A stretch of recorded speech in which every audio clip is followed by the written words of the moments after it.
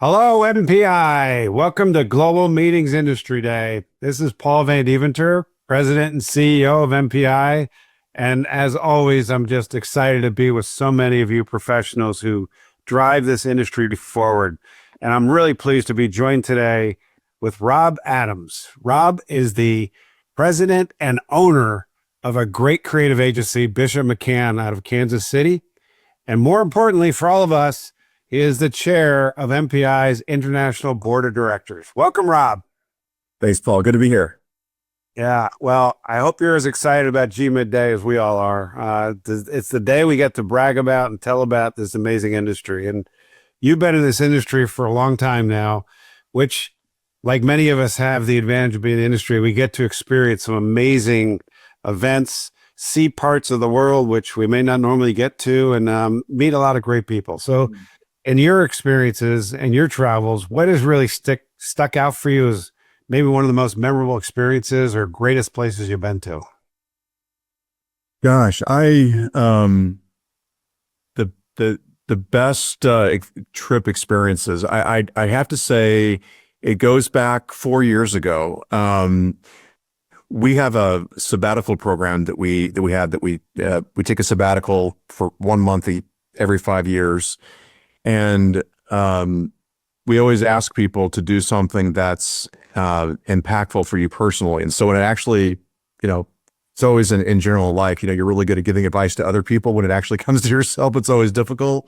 Yeah. But for my sabbatical, I had to really think about what was something that I was really interested in. For me, it was I wanted to go back to my roots. I wanted to understand where I came from. So I went to Ireland. I went to Dublin, and I wanted, so I went there, and I wanted to understand where my family came from, and the story that my family, Adams, the story that I was told for generations was that we were McAdams, and we moved from Ireland, and we came to Kansas City, and what I realized is that through that experience there, we were actually Vikings that moved through Scotland and moved to Ireland and moved to Quebec.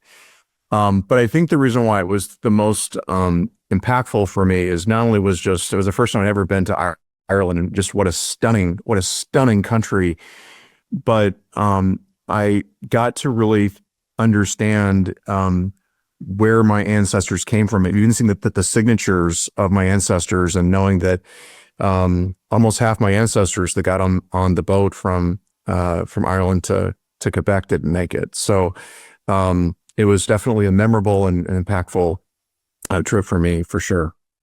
I love that. And I've got some deep Irish roots as well, which I knew from my mother's side because that's where her parents immigrated from. But when I did our ancestry DNA testing, we obviously have the surname Van Deventer. You would think very Dutch. Turns out all of our Irish ancestors emigrated from Ireland to the Netherlands, and then from the Netherlands to the States. So I'm 93% Irish in my DNA.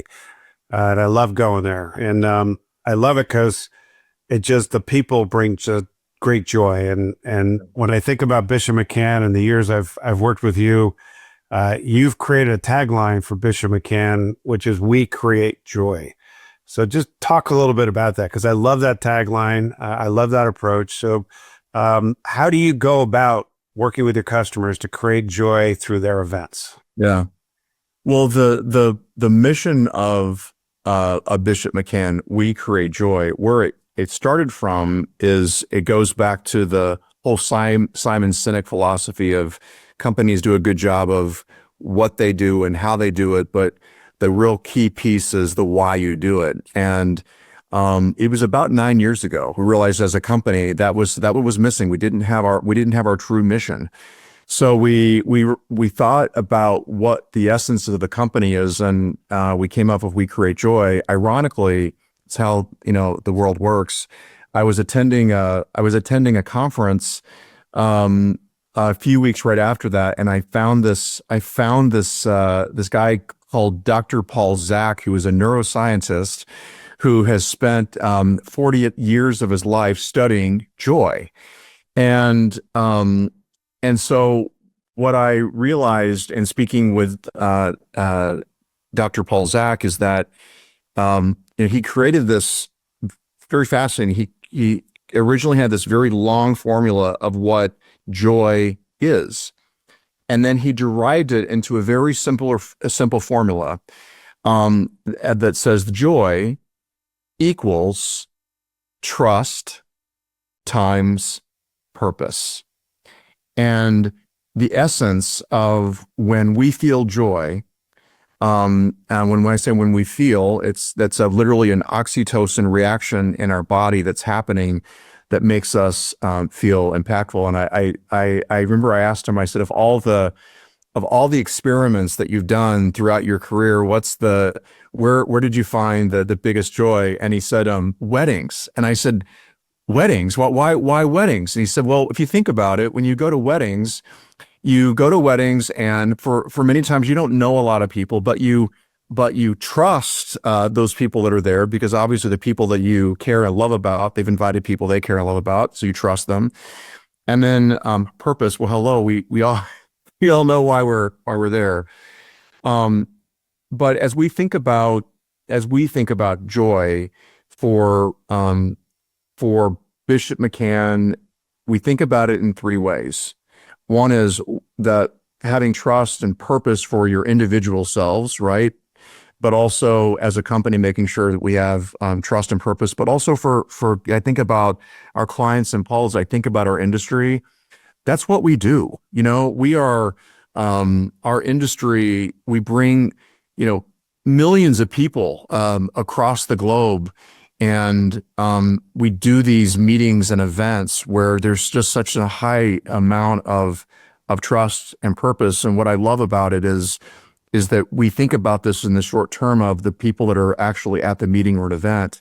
But as I always say, it's so exponential, because those people that are going to meetings or events are also going home to their friends and family and transferring that joy. So it's something that I'm very passionate about, that we, as an industry, we have this opportunity to create so much joy in the world. I love that. And every time you talk about this, I think the joy comes out of your face. You could just, you see it. And you mentioned in there, what we do as an industry, another correlation to your experience is a majority of our members, a majority of our industry is made up of small businesses or independent operators. And you've had a lot of experience in launching businesses or managing smaller businesses. You worked for Microsoft as well, so you've seen both sides of it. But just from your experience, whether it's starting a donut shop or leading Bishop-McCann, how do you see the importance of the small businessman, the entrepreneur, to this business events industry that we all work in? Yeah. I think one of the misconceptions of our industry is that it's all just big business. And the reality is that 70% of our industry in the meetings and events industry is done with small business. And a lot of those small businesses are not only just with agencies, but also with independent planners, right? That have their own business. And so I just think that as an industry, we underestimate the power of small businesses. So those 70% of the world, or our world, as far as the operators and the leaders of our industry, are all probably little apprehensive right now with some of the political environment we're experiencing on a global basis. Any guidance as a small business operator to our members who are also in that same position of leading and running small organizations, and how to navigate through these turbulent times we're having? Yeah. One of the things that I talk about often, and then certainly Paul, to your point, there is a lot of uncertainty, right, that everybody's feeling right now. And the one word I consistently use is intense. But this is just another example. If you think about what we went through the pandemic, there was so much uncertainty that we had during that time. And I think, as you know, if I think about if there's any recommendations that I would give, is not just to business owners, but also just to self. And that is that, we can only control what the information that we have today, and make decisions based upon what we know. We don't make decisions based upon what we don't know. And I think that it's so easy to think about all the things that we cannot control and what the possibilities could be. And I think that, every day, if we just focus on, and it is changing every day, but at least every day we can say, let's focus on what information that we have today and make decisions based upon that. Yeah, that's great. And yeah, you through your agency, and for me personally, probably more importantly, as a volunteer servant leader, have had some meaningful impact on our industry, and our community. And I appreciate that as you think about what you've been able to do and how you've engaged through your career so far. Any guidance for our community, our members, about what they could be doing to have a more meaningful impact on our industry, or, as we say, we change the world, on society overall? I would say a couple of things. When I think about, in the spirit of, we were talking about entrepreneurs, right? And then, advice to the industry, there's something that, if you think about, people talk about it as a business, but I also think it can be true to the individual, is that all businesses go through cycles. They go through the cycle of they start up, and that's the entrepreneur. That's the part of the companies that get very excited, and all the innovation that happens. And then there's that second stage where you start to, it's like it's worked. It's feeling good. It can feel comfortable at those times. The difference is that companies, individuals, there's a pivotal moment. It's called bifurcation. And that is the moment that you essentially recreate. What is the new beginning? What's the new thing that we're going to do? And that cycle starts all over again. If you don't do that, then what happens is there's a curve that goes down, and that's essentially what creates what kills innovation, and ultimately, I believe, are some of those businesses that are no longer with us. So as I think about that philosophy, I also think about a mindset of this idea of there are two people in the world, and that is champions versus challengers. I talk a lot about this in our company, is that the one thing that I personally don't like are champions, in the sense that champions are people that know it all. Challengers are people that are they're always teachable. We all know a lot of champions. We know some champions. Yes, we do.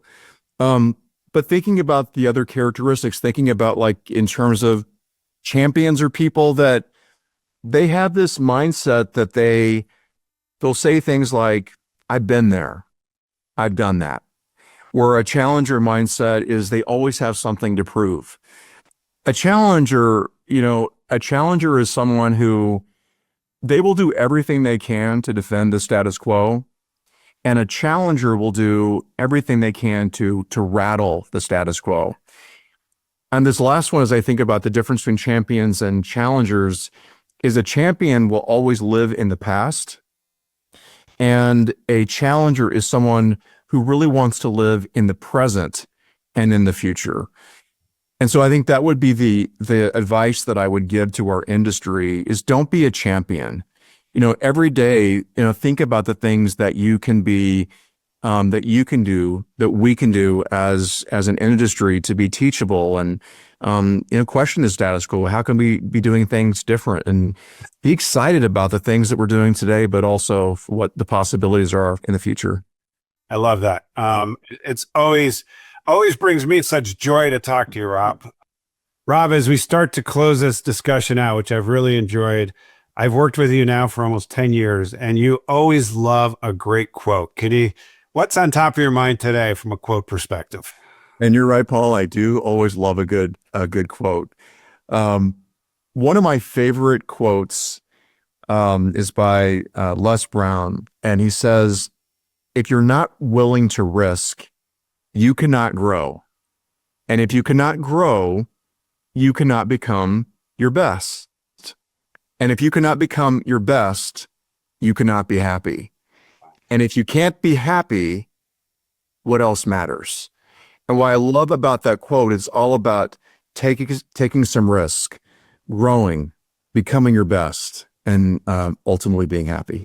And it brings me great joy to be here celebrating with all of you Global Meetings Industry Day and the impact this amazing industry has on the world. So thank you all for being with us. Thanks for being part of the MPI community. Rob, thank you for joining us. And happy Global Meetings Industry Day, everyone. Take care. Take care. Thank you.